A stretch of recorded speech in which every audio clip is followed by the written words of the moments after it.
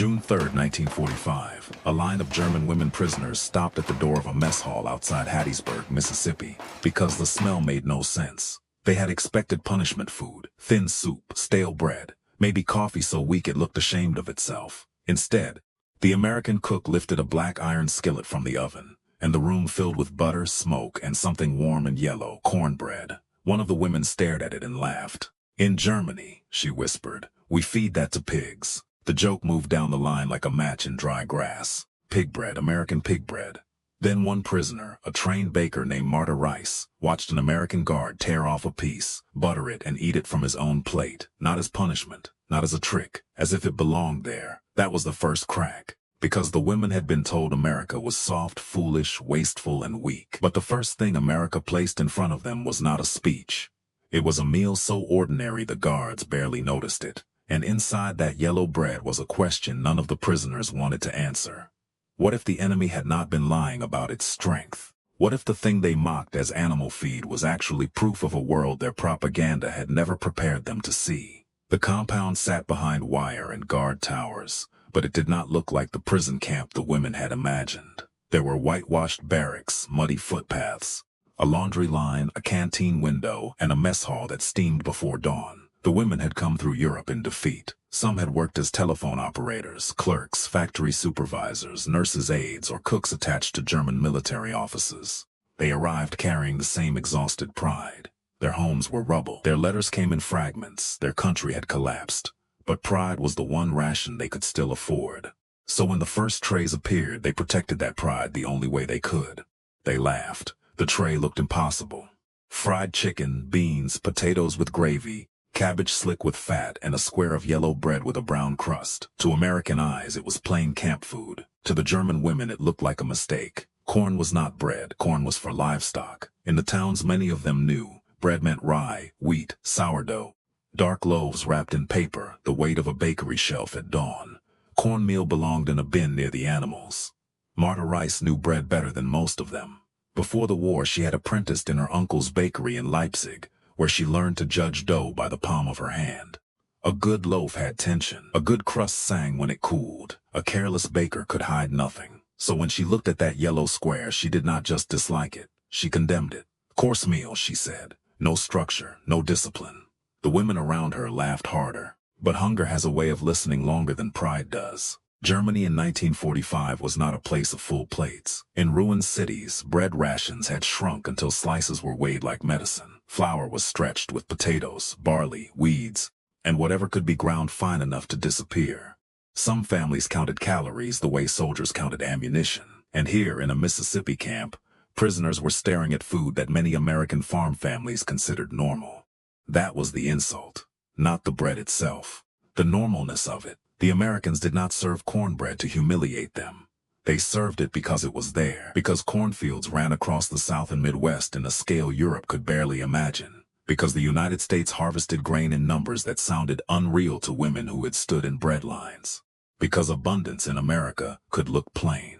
On the first day, most of the cornbread went untouched. A few women poked it with forks, some broke it apart and hid it under potatoes. One dropped hers into a scrap bucket and then looked around as if she had committed a small act of resistance. The guards noticed. They did not shout. They did not force anyone to eat. The next morning the trays came again. Beans, eggs, coffee, and another yellow square. By the third day the joke had a name, Schweinebrot, pig bread. The women raised the pieces like toasts and repeated the word until it sounded less like laughter and more like a command. Do not admire this. Do not need this. Do not let them feed you a new idea. But the smell followed them. At night, after the barracks lights dimmed and the ceiling fans pushed warm air in tired circles, the women could still remember the crust, the edges browned in bacon grease, the steam rising when the square broke open, the way butter disappeared into the crumb. No one confessed first in daylight. The first surrender happened in secret. A 19-year-old clerk named Lotte Weber slipped her piece into the pocket of her khaki work dress, pretended to throw it away, and carried it back to the barracks.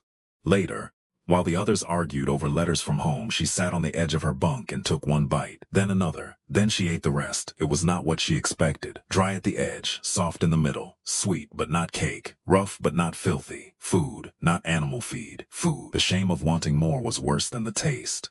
The next day she tried to look disgusted when the cornbread appeared again. But Marta saw the crumb on her sleeve. The older woman narrowed her eyes. Lodi looked down. "It is better with butter," she whispered. Marta said nothing. That silence mattered, because Marta had built herself into the camp's authority on bread. If she admitted doubt, the others would lose permission to mock. If she kept mocking, she could keep one piece of the old world intact. So she held the line. At the tables, she still called the yellow bread crude. In the barracks, she still spoke of rye and proper flour and German craft. But in the mess hall, her eyes began to follow the guards. That was what unsettled her most. The Americans ate the same bread, the same squares, the same crust. A corporal from Tennessee broke his piece into beans and smiled as if it tasted like home. A cook spread syrup on his and said his mother made it that way. Another guard tucked a wedge beside his fried chicken and carried the tray like it was the most ordinary thing in the world. The women had expected cruelty to be visible, but this was harder. The enemy was not using cornmeal to degrade them. The enemy was sharing its own table. Once that thought entered the barracks, it would not leave. By the second week, the mockery thinned. Women who had thrown cornbread away began crumbling it into soup. Women who laughed the loudest asked quietly whether anyone had extra butter. A few discovered sorghum syrup from the canteen and treated it like contraband. The change was not noble at first. It was practical. They were hungry.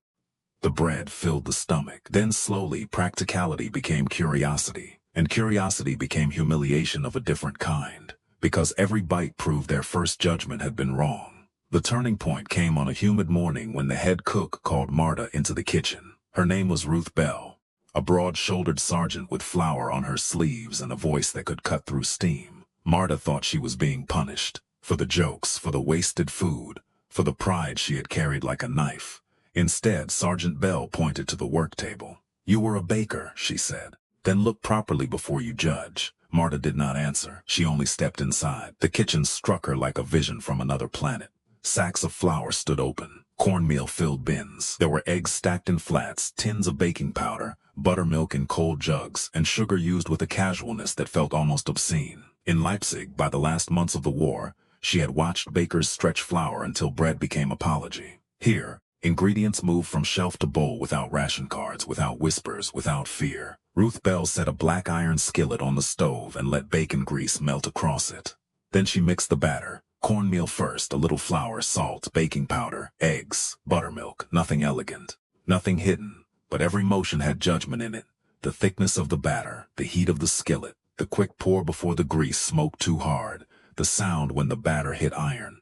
Marta leaned forward before she realized she had moved. The edges began to set almost at once. The surface trembled. The smell rose, richer than the squares on the serving line, because this time she was close enough to understand the work. Ruth slid the skillet into the oven and closed the door. "Cornbread is not fancy," she said, "but it punishes a lazy hand." That sentence reached Marta where argument could not, because she knew exactly what it meant. Bread always punished a lazy hand. Rye punished impatience. Wheat punished bad heat.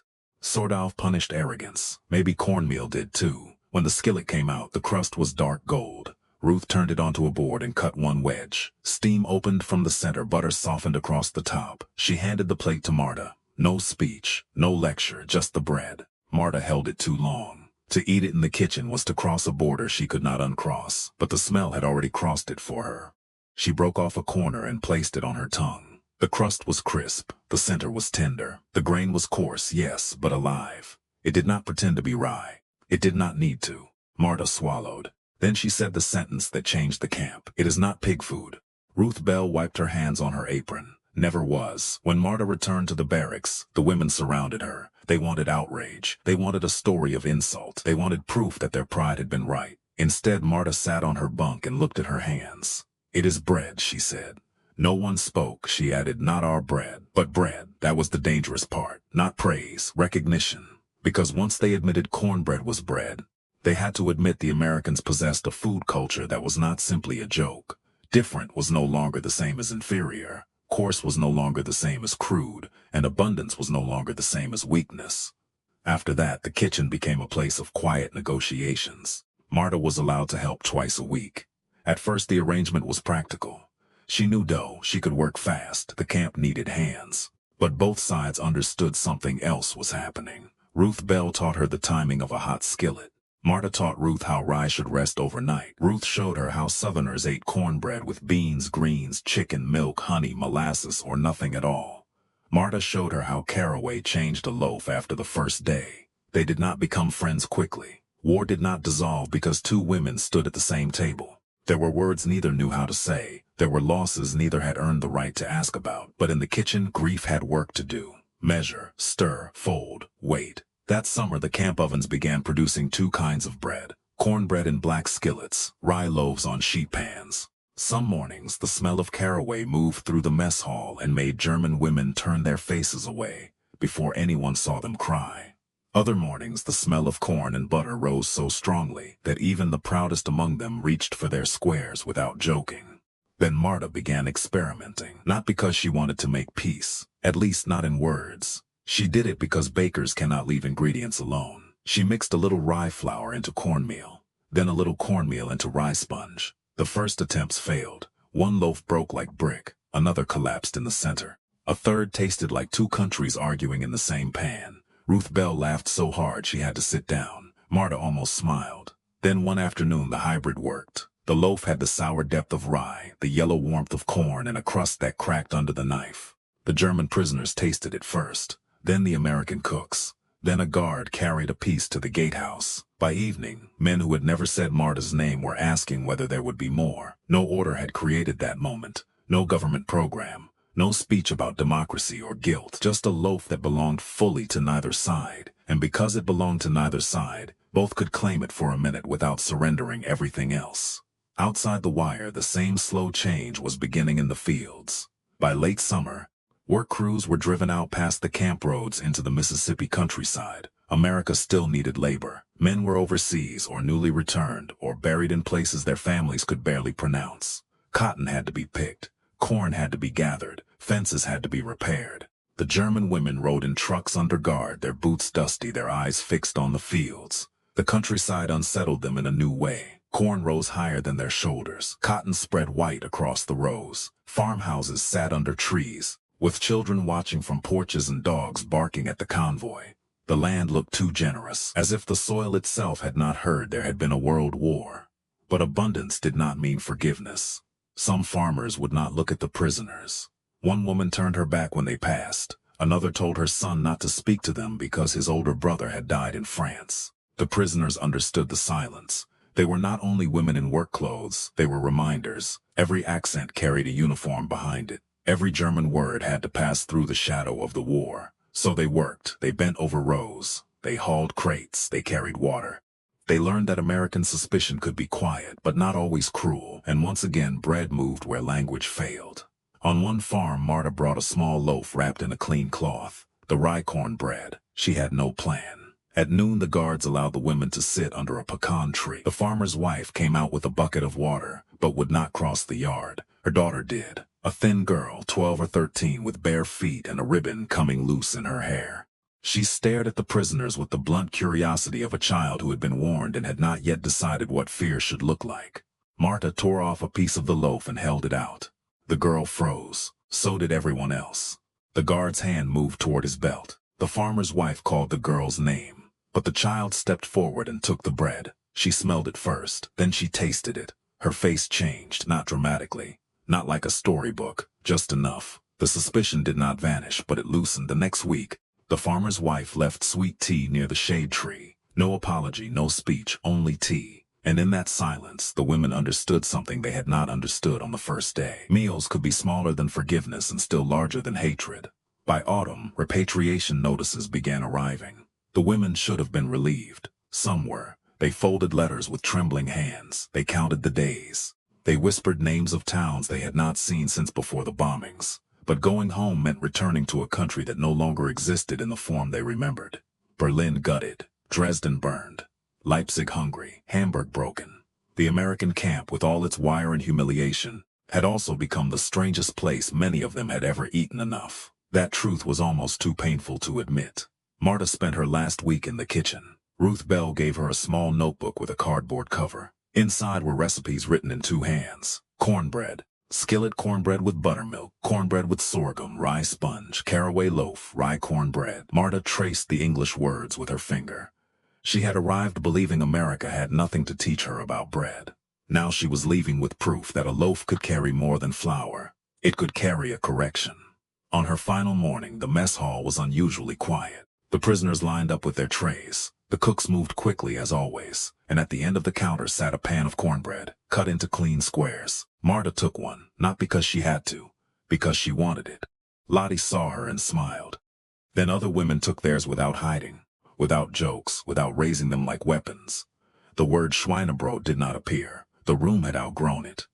When Marta returned to Germany in 1946, she found her uncle's bakery half collapsed and the street outside changed beyond recognition.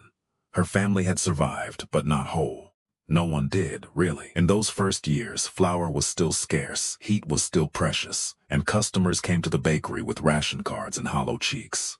Marta baked rye when she could. She stretched dough when she had to, but on certain mornings, when she found cornmeal through American supply channels or from soldiers stationed nearby, she made a small tray of yellow bread. Berliners eyed it the way she once had, suspiciously, proudly, almost offended. Maisbrot, they asked. Cornbread? Marta would cut a square, pass it across the counter and wait. She never lectured them. She knew lectures did not change the mouth. A bite did.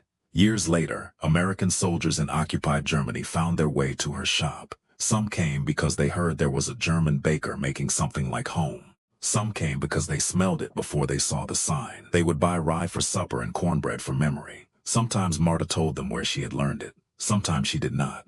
The story lived well enough in the loaf. History usually records war through maps, speeches, armies, treaties, and graves. But ordinary defeat often enters a person through smaller things. A tray, a smell, a word said in contempt, a bite taken in secret, a recipe copied by hand.